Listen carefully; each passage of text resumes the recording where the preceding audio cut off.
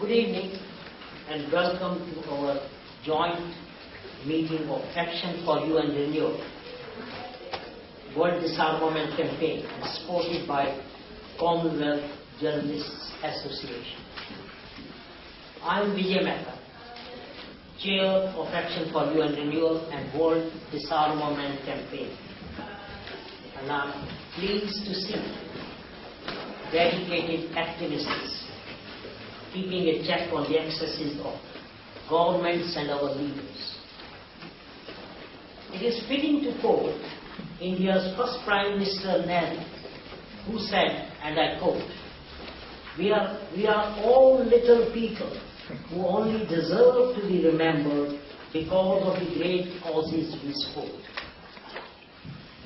So what does our organization do? Our organization promotes nuclear and general disarmament, ending wars, urgent Security Council reform, and work for an effective, transparent, credible United Nations.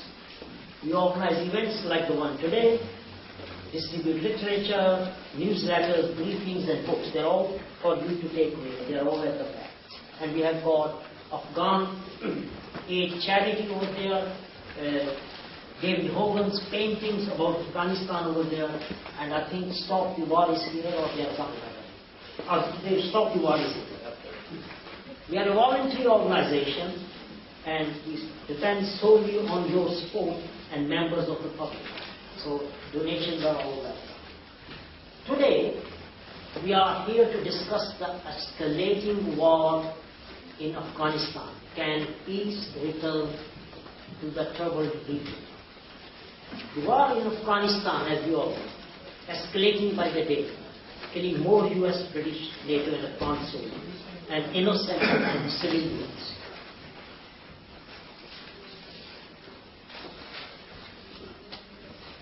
The war has spread to neighboring Pakistan, a country with nuclear weapons, and making the whole region the most dangerous place in the world. The war is going on for 8 years, actually it's on the 9th year now, and some predict it might last as long as 30 years. As the violence, bombings and deaths continue in Afghanistan, the distinguished panel of speakers will explore the conduct of the war, the role of the media, United Nations and NATO, and we and the audience will all examine strategies and solutions for the Afghan war to bring back its golden age of peace and stability.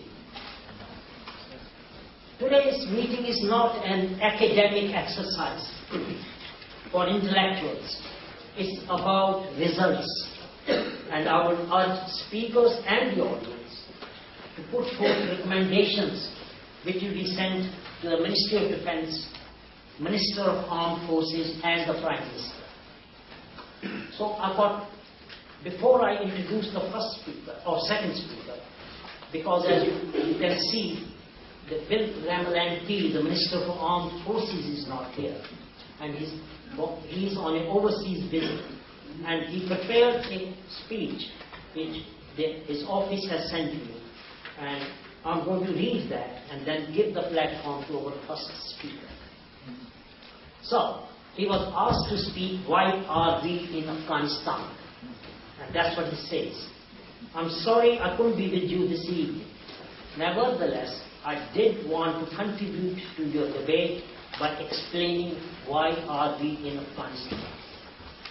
We are in Afghanistan because the Taliban gave safe haven to Al-Qaeda, which allowed terrorists to plan and carry out terrorist attacks around the world, including the atrocities of 9/11. That is why the UN authorized a NATO-led intervention.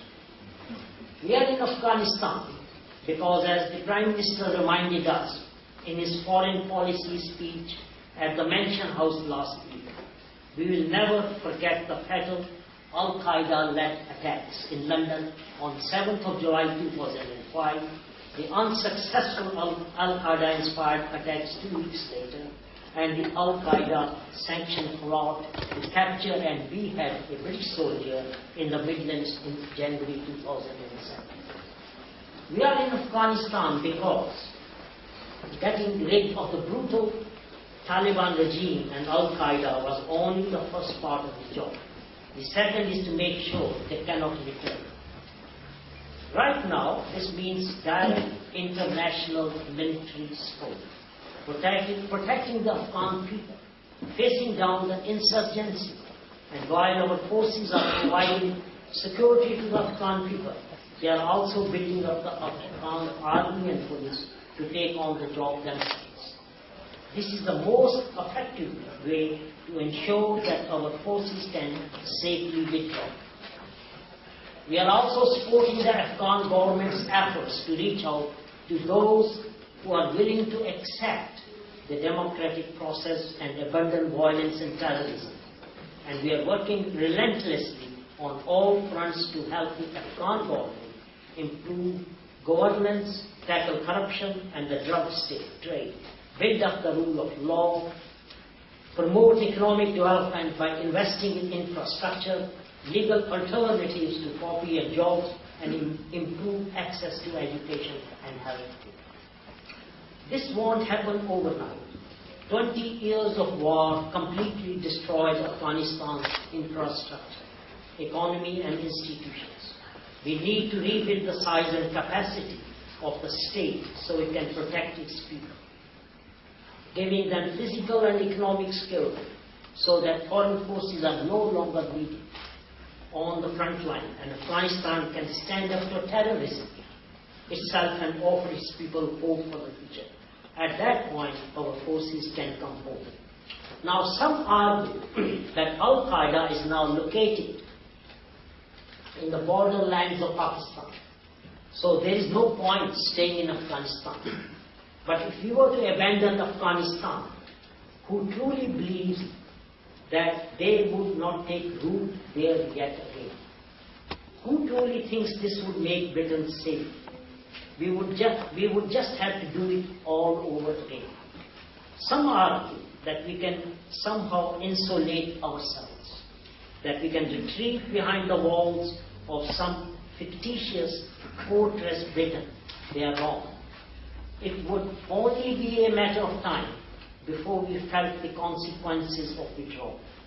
Afghanistan may be a distant country, but the brave men and women of our armed forces are protecting us from terrorist attacks just as much as the police and intelligence services do here in the UK. Some argue that Britain should pull out of the coalition and leave it to the Americans. No country can protect themselves on their own, not even America. This is our fight too. Imagine the damage our universal withdrawal would do to the NATO alliance that has been bedrock of our defense for 60 years. Some argue that our presence in Afghanistan gives us a boost to violent extremism around the world. But the greatest boost to that, their vicious ideology, would be for us to retreat now. Only by confronting this new, evolved, globalized form of violent extremism can we diminish its appeal. And some argue that Afghanistan is not the only nation where there is a risk of terrorism finding a place to take root. This is true. Our commitment to Afghanistan does not mean that we are failing to work with other nations to counter terrorism elsewhere. But the majority of the terror plots against the UK have connections to the border and mountain areas of Afghanistan and Pakistan. So we must focus where the threat is the greatest. But our ultimate objective in 2001 holds true for 2009, to protect our citizens from terrorist attacks by preventing Al-Qaeda having a safe haven in the tribal belt in either Afghanistan or Pakistan. They must never again become a safe haven for terrorists. For us to be safe, Afghanistan needs to be secure. Pakistan needs to be secure. As President Obama, the Prime Minister, and 40 other countries have judged, that means Afghanistan is not a conflict of choice, but of necessity. Ultimately, that's why we are in Afghanistan. Bill Rammel, Member of Parliament.